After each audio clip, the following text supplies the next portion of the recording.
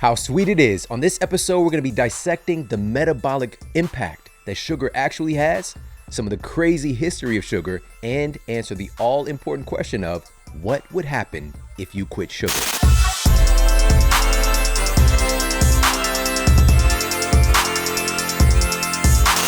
If you and sugar were to break up, what kind of metabolic changes would take place? We'll get your favorite breakup songs teed up because in this episode, we're going to have a ton of eye-opening insights. First up, let's take a look at the current state of sugar consumption versus generations of the past. In the 1700s, the average Westerner was consuming about 4 to 6 pounds of sugar each year. Today, the average American consumes more than 10 times that amount. Data published in the peer-reviewed journal Advances in Nutrition states that the average American now consumes 80 pounds of added sugar every year. What are the metabolic ramifications of this? The literal fuel that we're using to run the human body has changed dramatically in recent decades. The fuel that we're using to run functions and also what's making our tissues is dramatically different. The very ingredients that make up human tissues and run our bodies is dramatically different. So what is happening? What's taking place? Well, one of the things that's most noted in the peer-reviewed evidence is the correlation with sugar consumption going hand in hand, like a couple's retreat or a couple's vacation, with the rates of obesity skyrocketing. And also this new phenomenon, something called diabesity, with these increased rates of diabetes, well noted to be a dysregulation of the body being able to handle sugar, which we're going to dissect more today, and also going hand in hand with obesity. Here in the United States right now, we're knocking on the door of about 250 million of our citizens being overweight or obese. Something shifted dramatically in the 1980s with our sugar consumption, processed food consumption, and a new sugar being added to the mix, being high fructose corn syrup in great quantities. Now, we're going to be talking about all these different things because high fructose corn syrup is a little bit more of a recent invention versus sugar itself, which has a history that dates back much, much further. In fact, we're going to have to go back thousands of years. Human physiology evolved on a diet containing very little sugar. So we're talking about over the span of hundreds of thousands of years and virtually no refined carbohydrates. In fact, many experts feel that sugar probably entered into our diets by accident. Yet, humans have actually sought out sweet things since our earliest days of evolution. Just because we didn't have access to highly refined carbohydrates and sugar did not mean that we didn't have a primal desire for them. Evolutionary biologist at Harvard University, Daniel Lieberman, says that, quote, sugar is a deep, deep, ancient craving. Sweetness in nature signified some very specific things for human biology. Sweet has a very specific signal for certain data points, like sweet signals a dense source of calories, i.e. potential energy, if we're looking at, again, evolutionary biology, and what our bodies would associate with that sweet flavor. Plus, sugar offers more than just energy. It also helps you to store fat too. There was a time during our evolution, a massive span of time, when hanging on to some extra fat was a huge advantage and not necessarily a health risk. And this was thanks to a mutation that upregulated sugar being stored as fat to help to ensure survival of our species. So again, there's a natural primal desire towards sweet things, knowing that it's a dense source of caloric energy that can then get converted into fat on our bodies because our bodies aren't necessarily storing that much in the form of carbohydrates, because that glucose that sugar is going to get converted to can get stored as glycogen in our muscle and in our liver, but that's pretty much it. The amount that we can carry is minuscule compared to the amount of fat that we can carry. This is why this adaptation, we had a mutation occur to where we can get that sugar to get stored as fat more easily. Now, keep in mind, this is a time when sweet food was much more scarce and food in general could be inconsistent and scarce. Keeping in mind that hunting was way less reliable weather conditions with gathering and things of that nature than simply walking over to your refrigerator. All right, so the conditions were very different. So again, sweet things in nature like certain ripe fruits and honey were a virtual jackpot throughout our evolution. When we shifted gears to the origins of sugar as we know it today, it's mainly extracted from sugarcane and roots of sugar beets. Originally, people chewed on raw sugarcane to extract its sweetness. Sugar was a native of tropical South Asia and Southeast Asia, and different species seem to have originated from different locations in India and Africa. In fact, my wife, being from Kenya, she told me stories about when she was a kid, they would actually chew on sugarcane. And it was not just for, the nice little sweet extraction that they'd be able to get, but it was to strengthen their teeth. Because that chewing work, of course, we don't really think about this, but the process of chewing, just like the bones of your body, you're going to get stronger bones if you're doing weight-bearing exercise.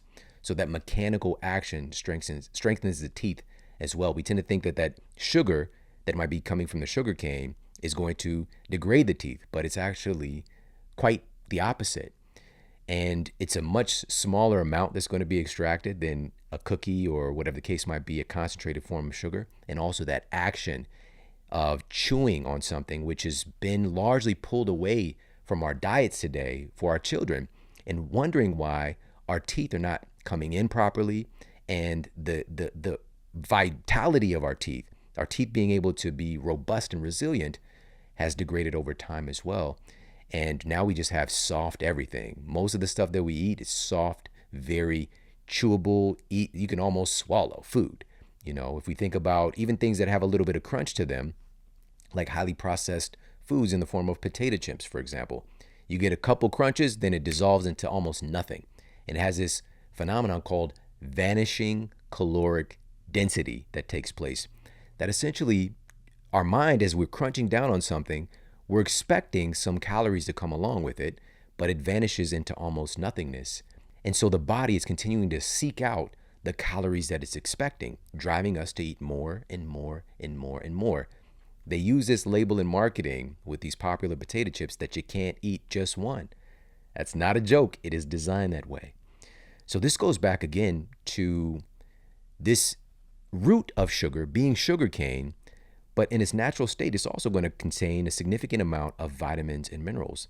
Vitamin A, vitamin C, several B vitamins, along with antioxidants and soluble fiber, copper, chromium, calcium, magnesium, potassium, and zinc.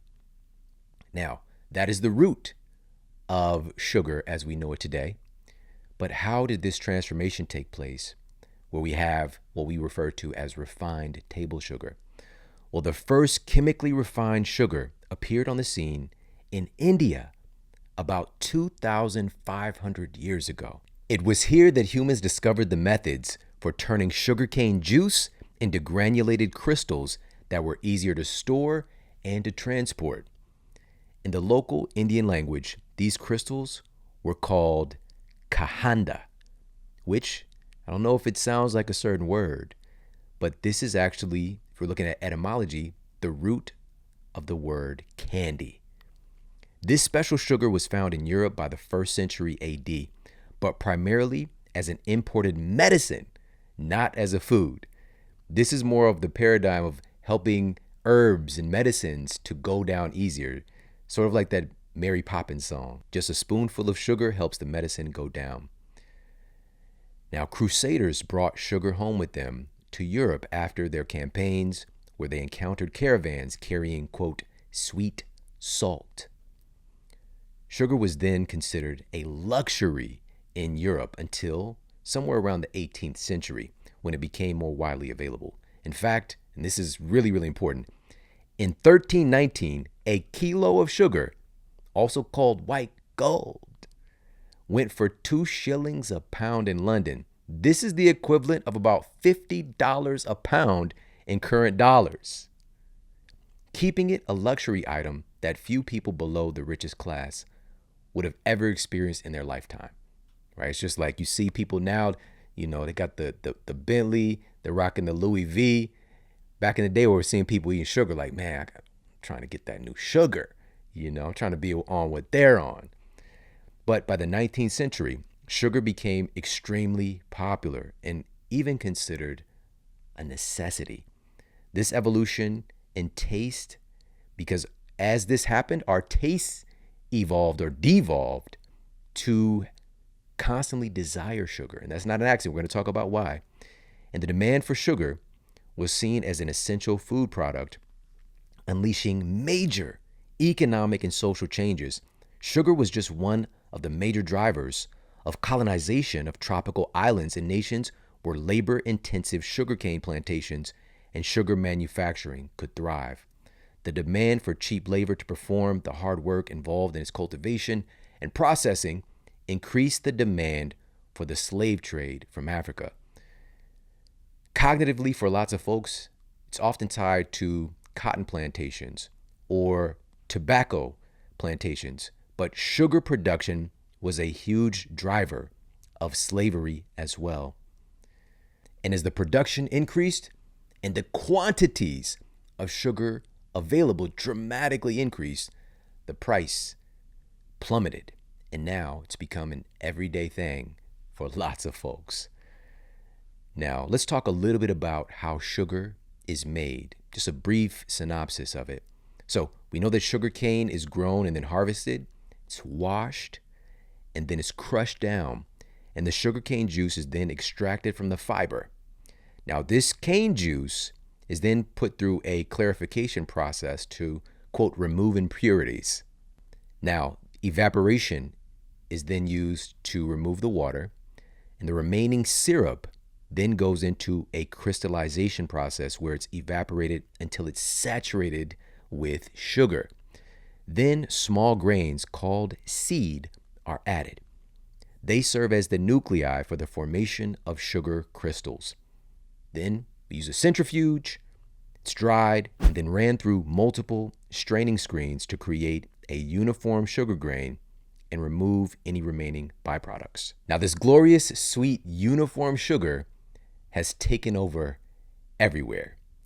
And in fact, by May 1896, American Sugar became one of the original 12 companies in the Dow Jones Industrial Average. All right, so this stock system that is a huge integrated part of our society, sugar was right there, front and center. Now again, since sugar first became available really to the richest class of people, the consumption for the average person has gone up more than 10 times. Again, we're talking in the ballpark of about 80 pounds a year on average. Now that's averaged out because some folks are only consuming 5 pounds while other folks are consuming 150. All right, so we've got to understand that the access has changed so much and it's become such a part of our culture. And part of the issue today, and even addressing this topic, is how can we villainize something that is so tied into our culture in so many ways? If you think about what we give our child on their very first birthday, a little cupcake or a little cake to celebrate after, for example, the game. We take our kids and they have the soccer game, whether it's a win or a loss, going out and getting some ice cream afterwards. How do you show your love in our culture? On Valentine's Day, for example, we're extending a heart filled with sugar, filled with chocolate and candies.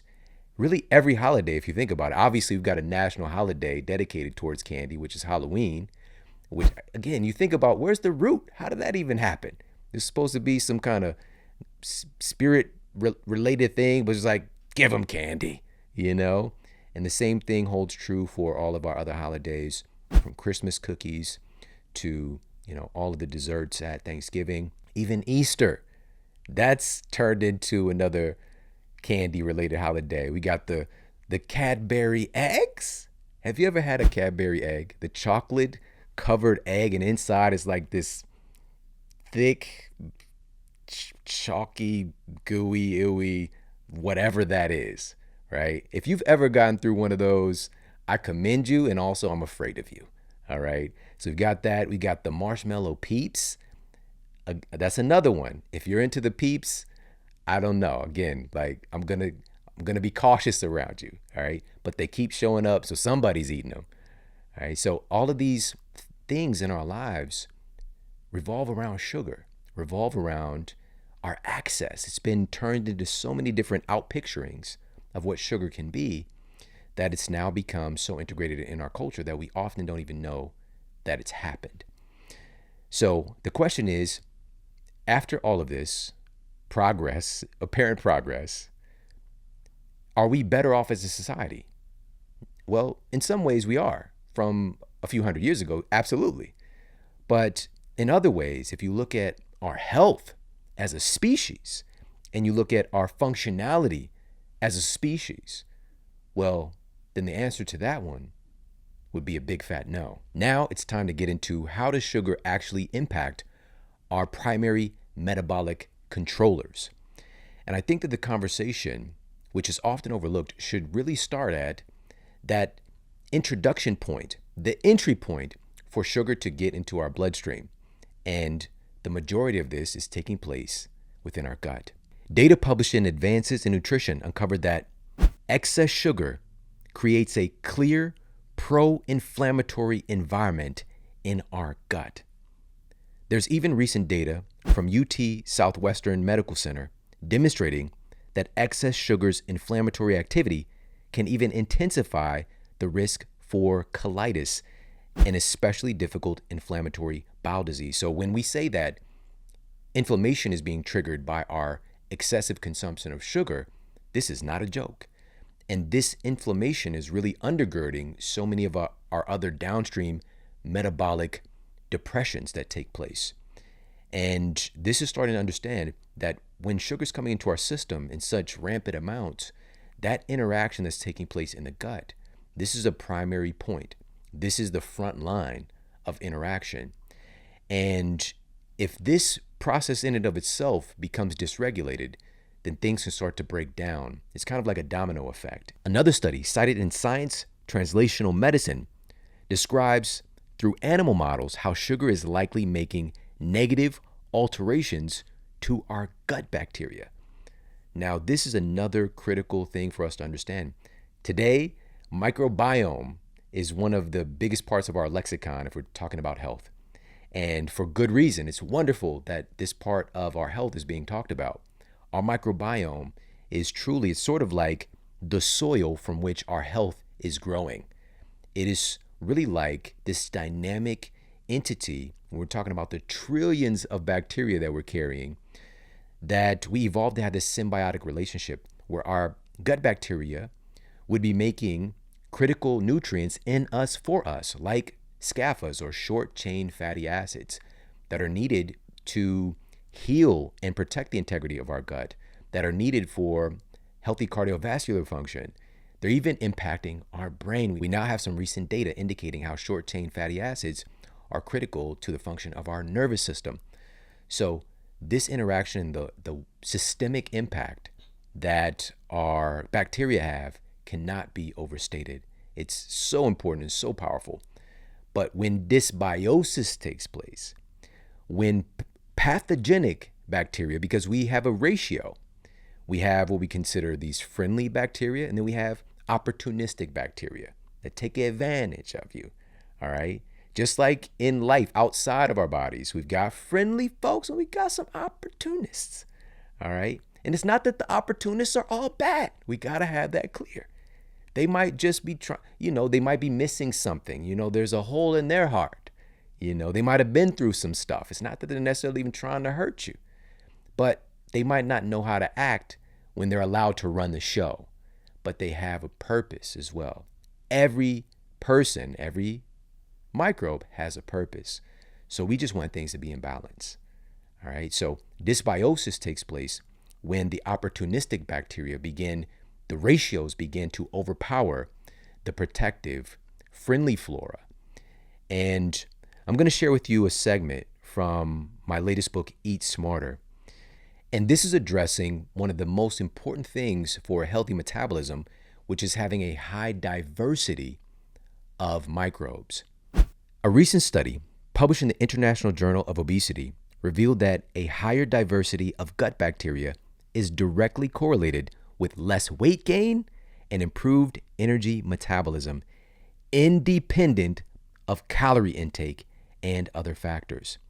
This is yet another example of how two people can consume the same amount of calories, but one person gains fat while the other person does not. Your microbiome diversity plays a major role in how many calories you're extracting from your food. And it's also well noted that certain bacteria are much more apt to absorb more from the carbohydrates/sugar calories in your food than other macronutrients. Again, that's a segment from my best-selling book, Eat Smarter. And what we're looking at here are what we refer to as epicaloric controllers. So we're talking about the things that actually control what calories do in our bodies. It's not just this very rudimentary view of metabolism as calories in, calories out. All right. Calories absolutely matter, but it's looking at the human body as if it's some rote robotic calculator. And that's simply not the case. The human body is much more like a very dynamic chemistry lab that's going to have different outcomes based on the different ingredients. And part of the ingredients that determine how many calories we absorb from our food and how our bodies expend that energy, a big determinant is our gut bacteria, specifically the diversity of our gut bacteria. By breaking up with sugar or by reducing it to just a tiny portion of your dietary intake, within the next 30 days, you will see a dramatic shift in your microbial cascade, one that is shifting over to a state that has a higher diversity, number one, and number two, because what we know is that sugar is going to be feeding preferentially these pathogenic bacteria. And every bacteria has its preferred food source. And if you're not providing your friendly flora with their prebiotics, the things that they enjoy to keep them around and in high proliferation, then things are going to start to shift for the worse. So we've got to provide prebiotics. We've also got to pull back on the string of that rampant sugar intake that tends to happen in our culture. And this shift is going to take place where we have the ratio, if we just use two broad categories of bacteria, firmicutes and bacteroidetes. What's now indicated in study after study after study is that bacteroidetes are more associated with leanness, while the firmicutes are more associated with insulin resistance and weight gain. Now, this is not a black and white issue, but we consistently see this. And so firmicutes are going to be more driven towards carbohydrate intake and sugar intake. So we're going to start to see a shift take place when we're pulling back on, particularly, again, the added sugar. This is the sugar that is added to potentially whole foods in addition to what's already there in the food naturally. So, for example, we might have some naturally occurring sugar, obviously, in fruit or in some grain products. But then in that production process, turning it from a whole food into a heavily processed food, which here in the United States today, as of this recording, about 60% of the American diet is not just processed food, but ultra processed foods. 60% of the American diet is ultra processed foods. All right, so we already have the refined carbohydrates and then sugar added on top of that. That's the issue. So again, this is what's going to happen when you break up with sugar. You know, you can still be friends. All right. Some people don't need to be friends though. Okay. You just need to get them out your life. But if you're still going to be friends, still be cordial, making it a tiny percentage of your intake, where again, we're talking about added sugars, then we're going to have a mighty shift in our gut bacteria. That's going to then encourage our bodies to have a healthier association in how it's shuttling energy into our bodies and also how it's being expended. Another power player in this scenario, and what would happen if you broke up with sugar, has to do with the impact that it has on our pancreas, which is the production point for our body's insulin. Within the pancreas, if you want to consider pancreas to be the mother of your fat storing and fat burning hormones, the twin brothers that we have are insulin and glucagon. All right. So we've got the alpha cells in the pancreas that are producing glucagon, which is associated with the ability to unlock stored fat to be used for fuel. And then we have insulin, which is all about fat storage. Now, insulin is incredibly important. We would not be the people that we are without insulin. It's enabled us to survive as a species.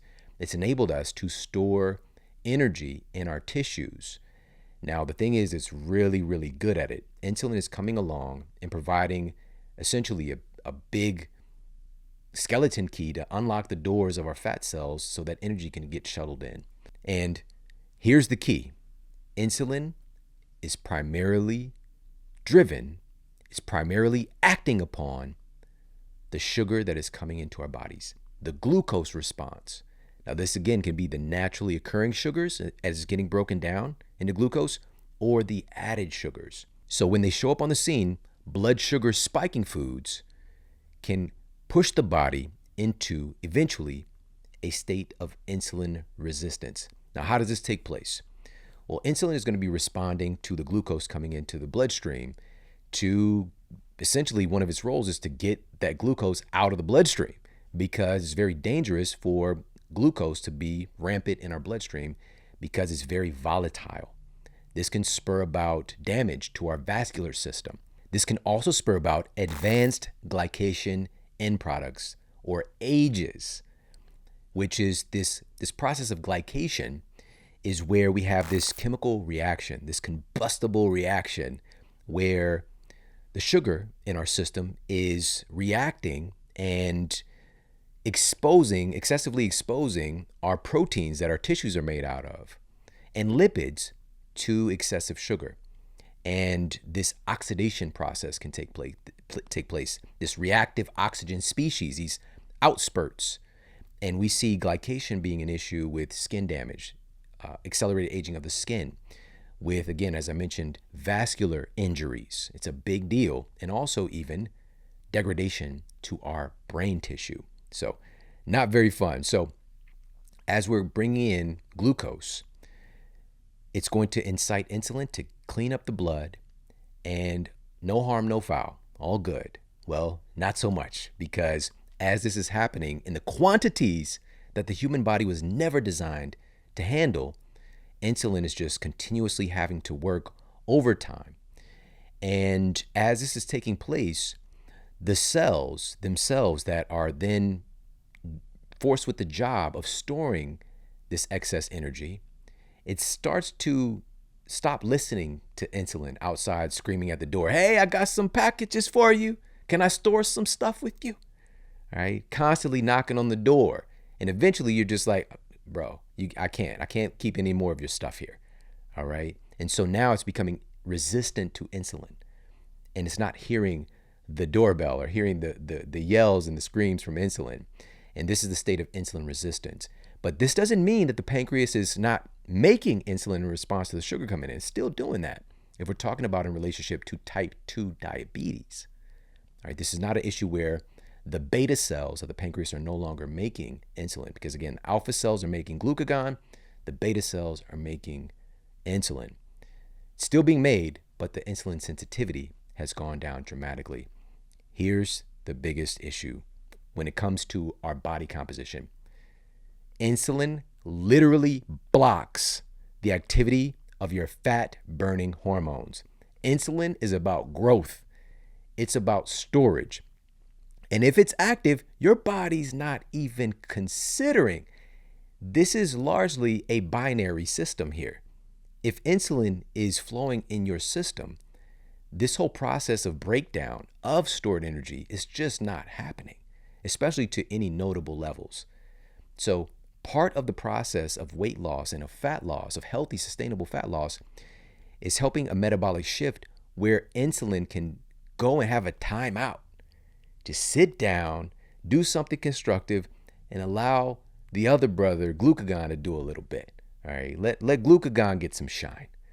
All right, so this is one of the big things that's taking place in our society, underpinning our obesity epidemics, our diabetes epidemics that are literally killing hundreds of thousands of American citizens every single year.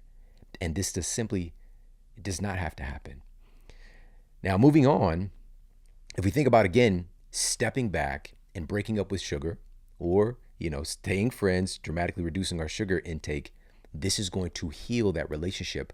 It's going to start to increase insulin sensitivity of the cells again once insulin is able to back off a little bit.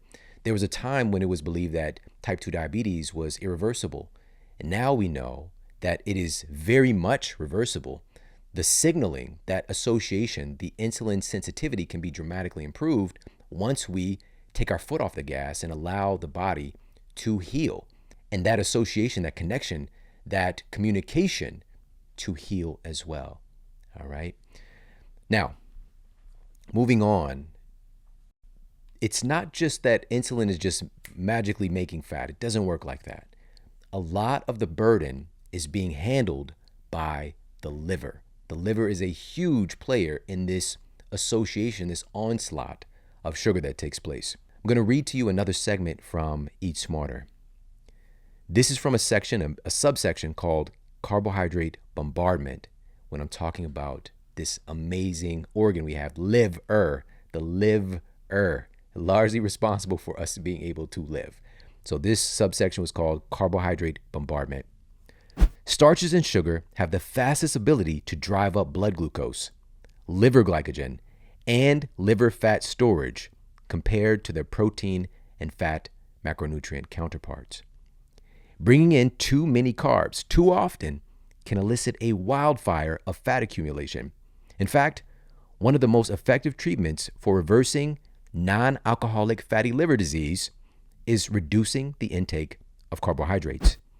A recent study conducted at KTH Royal Institute of Technology and published in the journal Cell Metabolism had overweight test subjects with high levels of liver fat reduce their ratio of carbohydrate intake without reducing calories. After just a short 2-week study period, the subjects showed, quote, rapid and dramatic, unquote, reductions of liver fat and other cardiometabolic risk factors. All right, again, that's a segment from Eat Smarter addressing how the liver itself is now non-alcoholic fatty liver disease. We already know that alcohol can absolutely be a terrorist of sorts to the liver.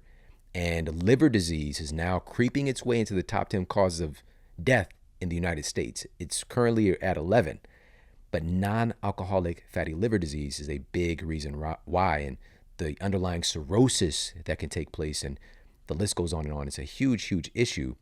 But what happens with our rampant sugar intake is that the liver is kind of taking on the burden.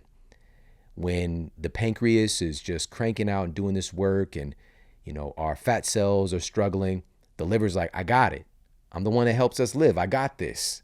Let me see what I could do. And the liver is responsible for repackaging that glucose into fat. It can literally do a process, ignite a process called lipogenesis, the creation of fat, and also store, not just glycogen is getting stored in the liver, but if need be, the liver is going to store fat there as well. So it can get it shipped out to other places and or store within itself and kind of just take the abuse, and eventually it's going to break down. Princeton researchers found that high fructose corn syrup prompts considerably more weight gain than table sugar. And this is in relationship to the impact that it has on the liver specifically. Because unlike glucose and sucrose, that is going to have this association with the pancreas and with other organs, high fructose corn syrup goes directly to the liver. The liver is immediately taking that intake. It's kind of like this very strange, like, again, I'm jumping forward to handle this situation. And so this is why high fructose corn syrup. So we've got our concentrate of sugar in the form of cane sugar, right, coming from that origin. Then we've got all these other types of sugar that have been created today, and high fructose corn syrup coming from corn and being added, particularly in the 1980s, it's skyrocketed in use because it's very, very cheap. Still today, a huge majority of the corn that is receiving government subsidies, by the way, that means we're paying for it, and billions of dollars are funneled into growing corn that's largely used in the creation of processed foods and fast foods. And this is a big issue for the breakdown of our liver. And by breaking up with sugar, your liver will finally be able to offload the excess glycogen that's been repurposed as hepatic fat or liver fat. And your liver function will improve dramatically, as will your overall metabolism as a result. Your liver has a massive impact. It's even helping to break down insulin as well. So there's so much in relationship to healing our liver that takes place when we break up with sugar. Yet another way that our bodies change when we break up with sugar has a lot to do with our brain. Even though our brain only accounts for about 2% of our body's overall mass, our brains actually consume about 20 to 25% of our caloric intake. We have a very, very hungry brain, and it is especially hungry and designed to rapidly pull in glucose. Here's another section from Eat Smarter. Since glucose is your brain's primary fuel source, there are custom sugar gates in the blood-brain barrier to allow glucose to pass through in droves. As far as your brain is concerned, it's expensive to keep the lights on upstairs. And Harvard researchers affirmed that the brain will gladly confiscate half of the sugar energy you consume during a given meal. Since sugar is always funneling into and throughout the brain, insulin activity in the central nervous system has become a huge topic of discussion in science the last few years. Research published in the journal Frontiers in Endocrinology states, quote, insulin in the brain contributes to the control of nutrient homeostasis, reproduction, cognition, and memory, as well as neurotrophic, neuromodulatory, and neuroprotective effects, unquote. The report goes on to affirm that there's a delicate balance of glucose needs and glucose overburden through high sugar intake. The researchers noted that excessive glucose can directly lead to insulin resistance extending to the central nervous system, higher incidence of type 2 diabetes, and a dramatically increased risk of Alzheimer's disease. In fact, they declared that, quote, a close association between type 2 diabetes and Alzheimer's disease has been reported, to the extent that Alzheimer's disease is twice more frequent in diabetic patients. And some authors have proposed the name type 3 diabetes for this association, unquote. This is critical to understand. To reiterate their findings, excessive sugar intake and insulin resistance is so connected to Alzheimer's disease that scientists are now referring to it as type 3 diabetes. The overconsumption of sugar is devastating for your brain, and our society doesn't just have a sweet tooth, it has an iced out grill full of sweet teeth. Again, that's a segment from Eat Smarter, and in it we're looking at what can we do to reduce the risk of some of our most devastating health conditions. Alzheimer's disease is a leading cause of death for our citizens, and folks often don't understand why. It's not just a matter of forgetting your keys or forgetting your loved ones, which is devastating in of itself, but with the degradation of the brain, you could stop learning or the brain understanding how to breathe, how to eat. Our biology can start to break down so much. The association, the communication between your brain and your other organs, that this is a really difficult thing in a very treacherous way for us to lose our lives. And people who've gone through this with loved ones know the impact that this can have. And again, the rates of Alzheimer's have skyrocketed in recent years.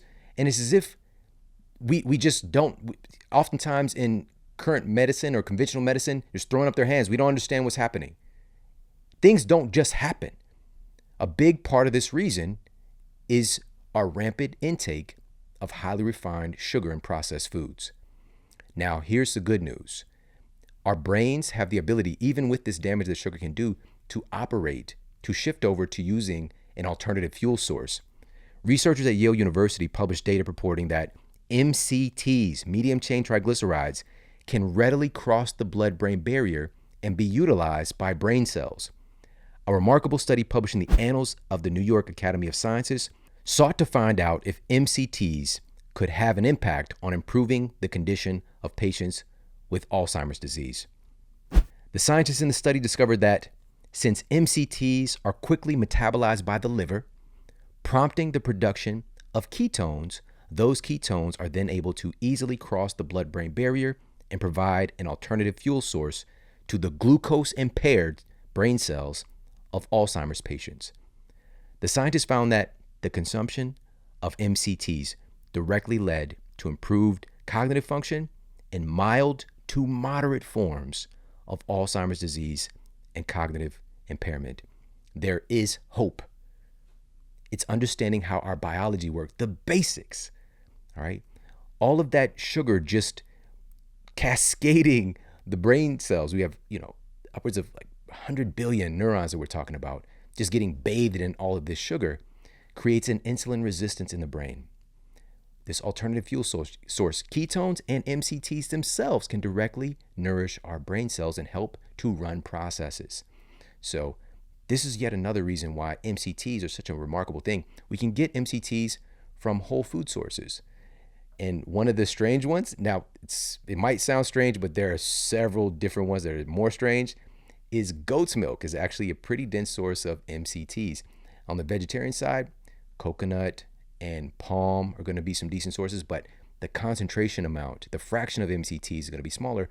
So to get a concentrate of the MCTs from those sources, you would get a specific MCT oil. This is something that I had today.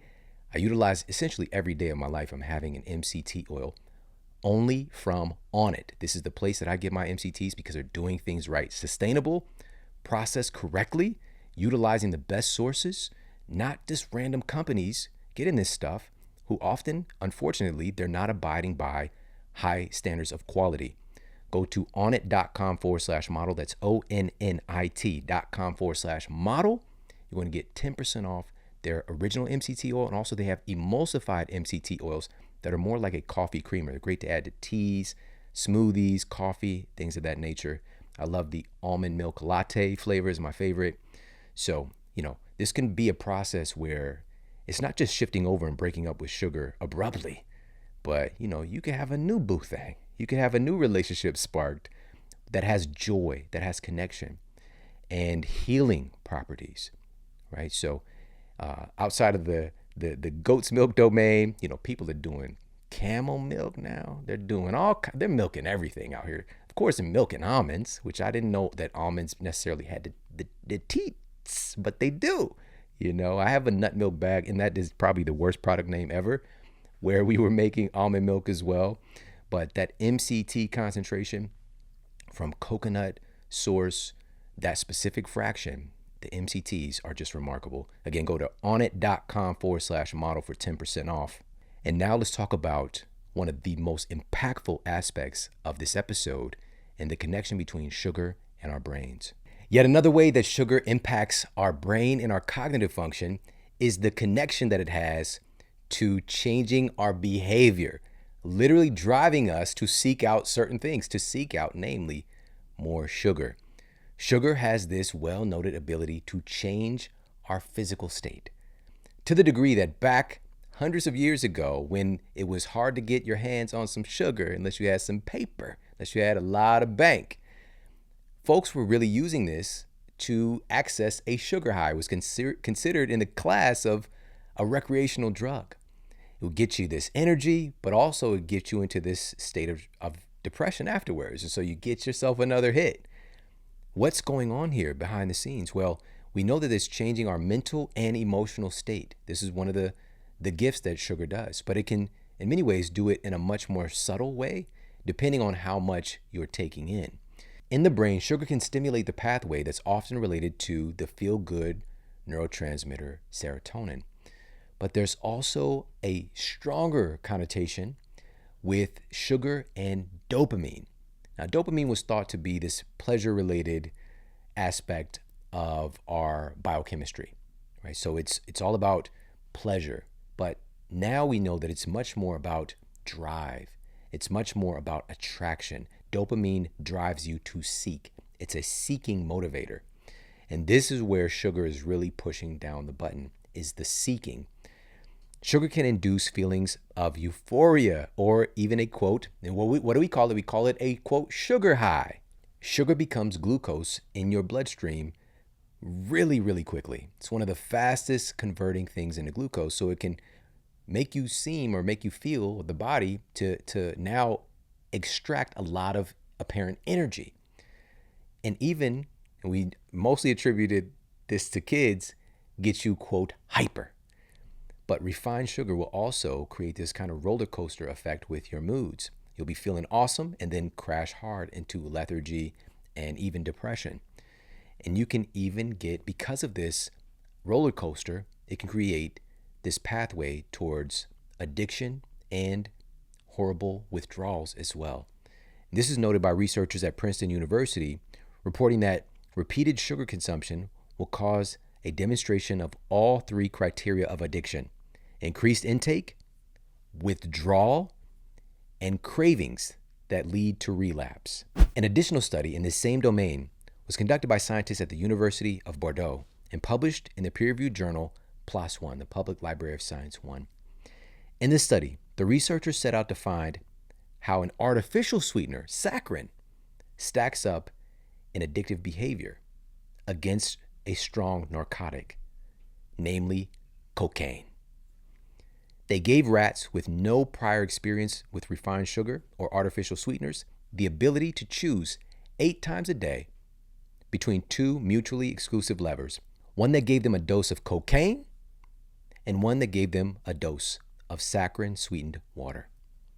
The results showed that a shocking 94% of the time, the critters became hooked on saccharin and not cocaine. And get this, even the rats that were already addicted to cocaine quickly switched their preference to saccharin once it was offered as a choice. The scientists in the study concluded, quote, overall, research has revealed that sugar and sweet reward can not only be a substitute to addictive drugs like cocaine, but can even be more rewarding and attractive. At the neurobiological level, the neural substrates of sugar and sweet reward appear to be more robust than those of cocaine, i.e., more resistant to functional failures, possibly reflecting past selective evolutionary pressures for seeking and taking foods high in sugar and calories, unquote. So the reason that this is happening, where this well-noted, highly addictive, destructive substance is being shunned, and 94% of the time the rats are shifting over to the sweet flavored beverage, is because of these evolutionary adaptations, this selective pressure for us to go towards things that have a lot of energy, a lot of caloric energy, so we can store them for survival. And in the study, the researchers also swapped in sugar, by the way, in place of the artificial sweetener, and saw the same results. It's not simply a matter of willpower. This is the problem. This is a matter of our biology. When we get into this battle of our willpower versus our biology is going to win out in the end. We can have the willpower of Will Smith or Will Lowe or William Shatner, all right? A lot of wills, a lot of willpower, but eventually our biology is going to win out.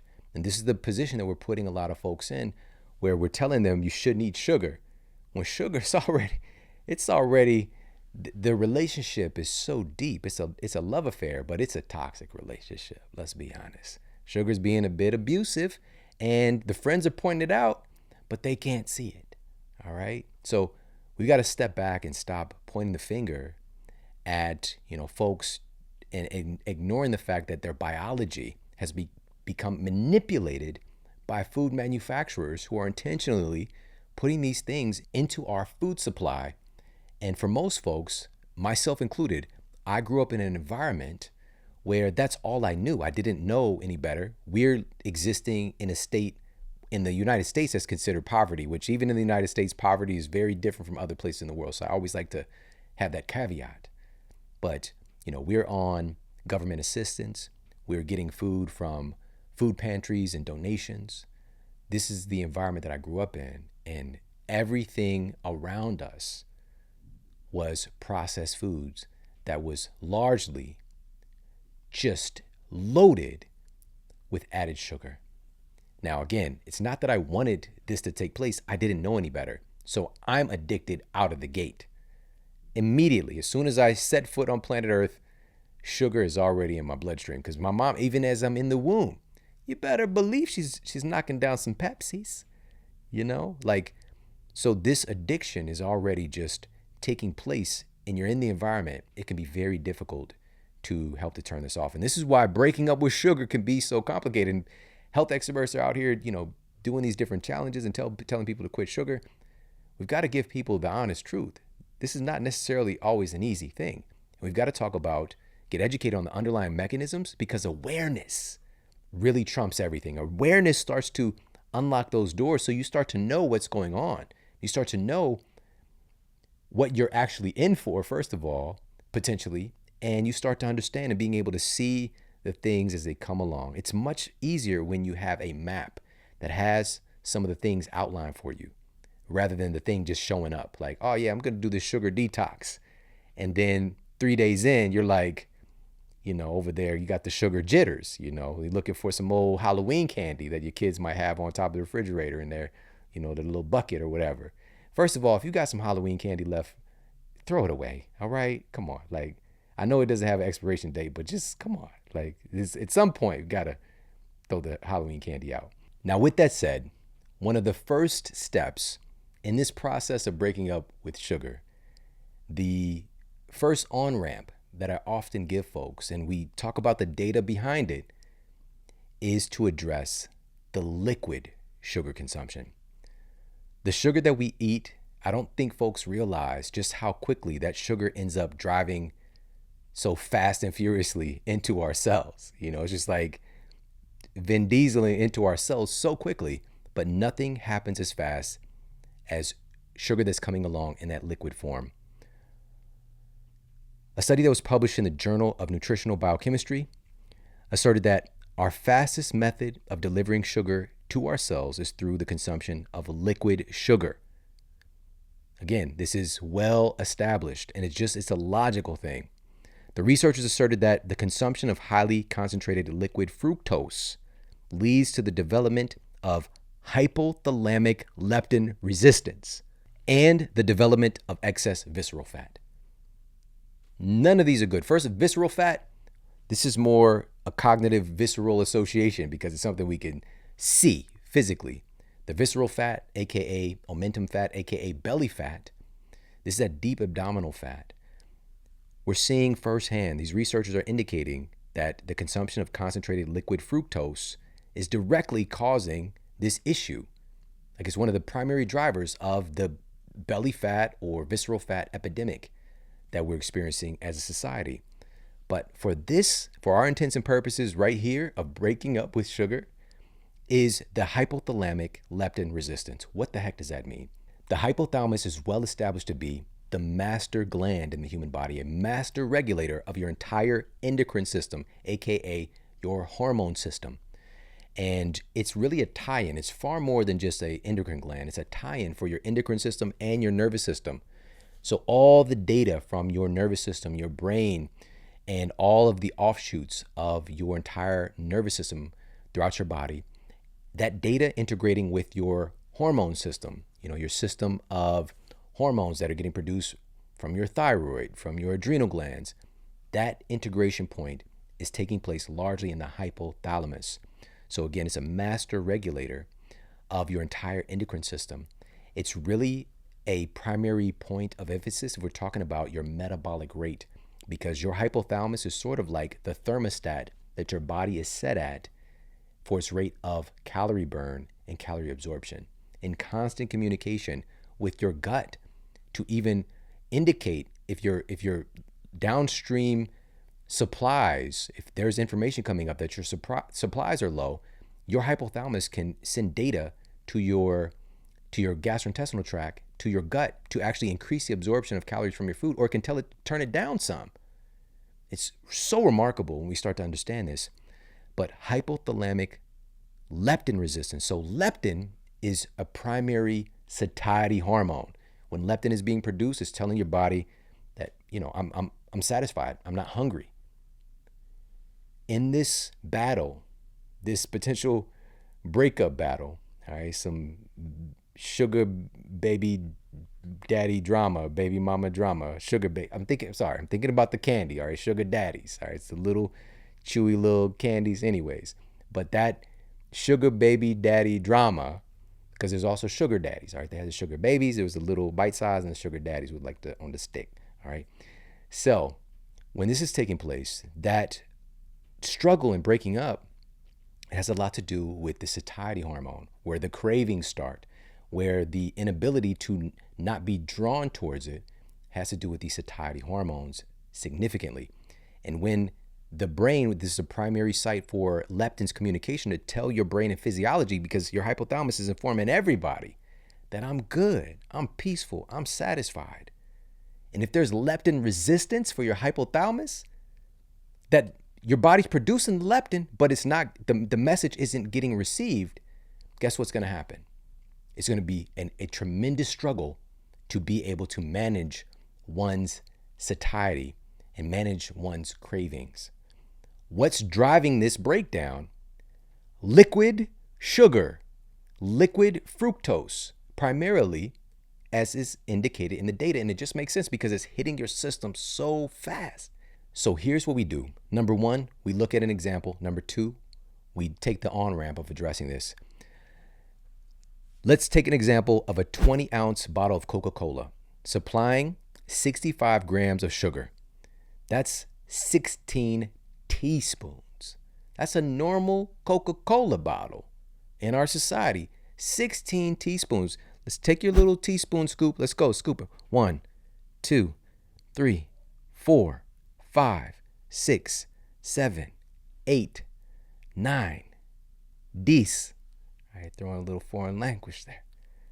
11, 12, 13, 14, 15, 16 teaspoons.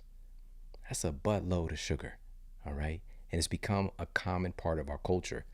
But for me, I wasn't the biggest soda drinker. I love my juices, all right? Hawaiian Punch, and even 100, what we consider to be 100% juice. Orange juice, that was my jam. 100% pure orange juice is actually not far behind that Coca-Cola in its sugar content. It has, in that same 20 ounce amount, that would be 56 grams of sugar for a whopping 14 teaspoons. Now, we can say it's coming from a more natural source. Cool.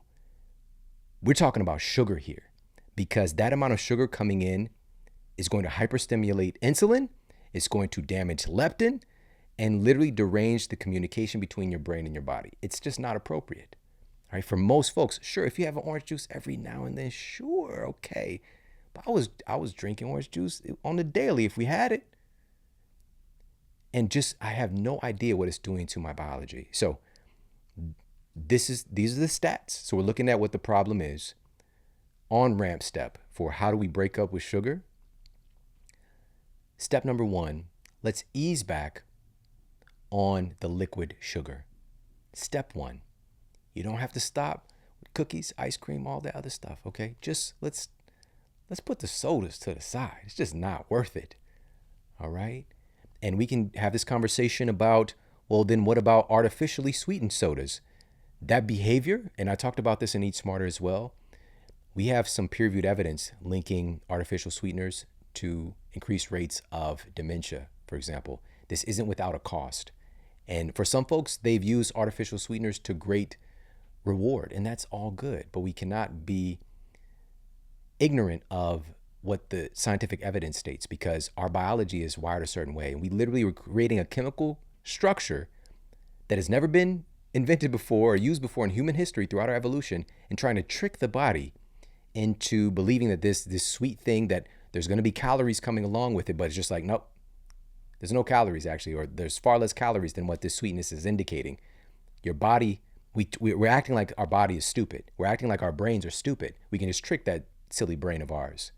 Scientists at the Washington University School of Medicine constructed a trial that involved 17 obese test subjects who did not regularly consume artificial sweeteners. And they found that the artificial sweetener sucralose that was used in this particular clinical trial actually elevated their blood sugar levels by 14% and increased their insulin levels by 20% on average. This is a non-caloric artificial sweetener that's used to trick the system. Why is our blood sugar going up? Why is insulin going up? Artificial sweeteners pretend to be Home Alone in a sense. It's like a Home Alone scenario. You got the people creeping in, but really you're about to get hit with some booby traps. All right. The sticky bandits, all right? The wet bandits are, that's what we're really getting with this liquid. We got the sticky syrup and we got the liquid substance. So that's truly like, by the way, this is a Home Alone reference. Hopefully you've seen part 1 and part 2 if you're a person. All right. But please understand that this is not coming without a cost. Let's just step away from that. And sure, we can substitute in, maybe try, do a little swappy swap. Maybe you do a kombucha, which you got to be careful with the sugar there too. Let's be honest, but the sugar is far less. Find your nice kombucha or kefir, as a bridge. Some folks say, they do the sparkling water, it's all good. I don't necessarily think that that's for most people. They're not just gonna be like going from a nice little crisp sparkling water, a LaCroix, and they just coming from Mountain Dew and just talking about, oh yeah, this is great. This is a great substitute. It's not for everybody. All right. So, but consciously stepping away from the liquid sugar delivery system, and also same thing with juices. We got to be mindful, even if we're making fresh pressed juice, what is the sugar, especially if we're trying to get healthy and we're wondering what's stopping us. Now, let me be clear. This doesn't mean that juicing, especially even adding in a little bit of fruit with our juicing, cannot make somebody dramatically healthier. Let's be clear. But if we've been doing something for a while in our body, we're not getting the results that we've really been looking for, we want to pay attention to the sugar, because we want to allow for our hypothalamus to literally heal that connection between our brain and the rest of our physiology. Get leptin sensitivity high, get insulin sensitivity high, and start to heal this situation. Another remarkable way to separate from sugar, and where your friends are like, girl, you don't need it. Another remarkable way to go about this is to focus on building muscle. The thing about our muscle tissue that's so remarkable is we don't really even need insulin involved in the capacity that's happening with the rest of our bodies. Muscle can uptake and utilize sugar and help to balance out blood sugar in a way that we are just now starting to acknowledge and understand. It is truly remarkable. And as we're focusing on building muscle, it's increasing our overall insulin sensitivity systemically. And so once we can shift over, a part of that healing process, and that, for some folks, when they are breaking up, they're changing their life. They're focused on getting fit. All right. My deepest condolences to the person who lost me, because I'm about to take it to another level. All right. So focusing, making this hand in hand with backing off on the liquid sugar delivery, and also focusing on building some muscle. So, this is going to be through primarily resistance training, right? So, doing the squats, doing the pushes and the pulls and the lunges, all of the basics. And there's thousands of ways to do this stuff and combine them in different ways. But the bottom line is we're making it a priority, at least just twice a week, 2 to 3 times a week, doing some resistance training. Adding some more muscle to our frame can dramatically help to reverse the sugar curse. All right. So also another helpful thing in recalibrating those satiety hormones is, this is just remarkable and something I didn't expect, is chlorophyll. That's right. The green, essentially the blood of green plants, which has a very similar structure to our blood as far as the constituents of the cells. This chlorophyll really has this really interesting resonance with the human body. There is, of course, a difference with the nucleus and the magnesium content and these different things, but it's pretty astonishing how similar they are. Now, again, just to be clear, human blood, plant blood, not the same, but there is a synergy. There is a parallel here. And chlorophyll, and just to add to that, chlorophyll has a really interesting resonance with the human body. A study that was published in the peer-reviewed journal Appetite found that chlorophyll can actually assist in weight loss, and here's the big key, help reduce the urge to eat hyperpalatable foods. This is what we're going for. Something is happening with the biochemistry. Something is happening with the brain where the body is now, there's a higher level of satiety taking place. And the drive to eat sugar in the form of these hyperpalatable foods is going down. Specifically, chlorophyll, the densest source of chlorophyll, one of the like top three, we've got spirulina, we've got AFA blue-green algae, we've got chlorella. That's where chlorella gets its name, is so high in chlorophyll. And chlorella contains lutein and zeaxanthin. These are two carotenoids that are proven to, there's so many benefits here. One of the craziest ones is lowering the risk of macular degeneration. This is one of the things that's targeted with diabetes, for example, is losing vision. Come on, it's protective in so many different ways against the outward effects of sugar. A double-blind, placebo-controlled study published in Clinical and Experimental Hypertension found that chlorella was able to normalize blood pressure of test subjects with hypertension. We're talking about blood sugar. One of the primary controllers of our blood pressure, influences over our blood pressure and also our vascular health in general, is that sugar content. All right, so we're finding that chlorella, for example, is helping to heal and support our blood. And again, this goes back to that similarity when we talk about chlorophyll and human blood. For me, chlorella and also spirulina, I get those on a consistent basis from Organifi green juice. It has organic chlorella, organic spirulina, which is about 70% protein by weight, rich in phycocyanin and other really remarkable compounds, rich in magnesium. All these things are really supportive of helping the body to get back in balance. Go to Organifi.com/model. They actually have 20% off there for you for the Organifi green juice. That's ORGANIFI.com/model. You get 20% off their green juice formula, and it actually tastes good as well. So helping to recalibrate your palate is going to be a big part of breaking up with sugar. So we can do that through the nutritional means, but also we can do this and not just shifting like the macronutrients and certain micronutrients, but making a shift in what we're adding as far as tastes are concerned. Because recently discovered, we know that we have certain proteins that actually detect and are able to change and evolve, as we have this saying in our culture that our taste buds are changing, right? That literally is happening. This is why certain foods taste different over time, all right? And introducing new flavor sensations. So maybe if you have been just really hard in the sugar game, you start to add in just a little bit more bitter, a little bit over here, a little bit more sour, maybe it's some pickles or some pickle juice or whatever the case might be. It literally starts to influence and shift what your palate, its intelligence. All right, so if we can proactively start to add in some different flavor dynamics besides the sweet, it helps to reduce the urge and reduce that one button flavor connection. And also flavors through our evolution, they indicate nutrition. All right, flavors are sort of like little invisible nutrition labels to your body, indicating that your body's going to be getting certain stuff. This is why, again, sweet is indicative of a high caloric concentration. All right, so bitters are indicating various bitters, medicinal properties. All right, so these are all things that help to recalibrate and improve, up-level our system and our association with sugar. And as we covered today, as we begin to break up with sugar and just kind of reduce that relationship a bit, because we don't want to be so neurotic that, all sugar is bad, sugar is this and that. It's a part of our culture.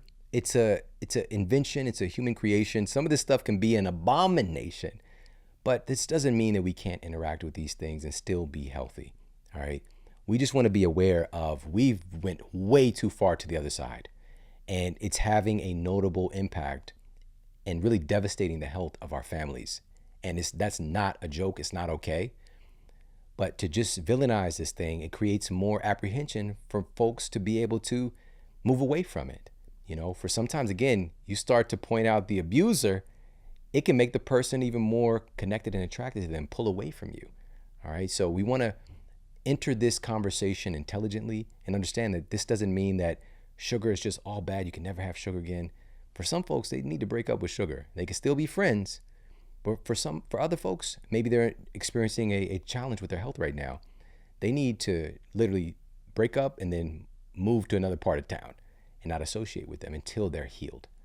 All right. So I hope this was valuable to you in understanding some of the underlying mechanisms, some of the history with sugar, and some simple on-ramp action steps that we can start to take to heal our bodies, to heal the communication between ourselves, and just to usher in a healthier society.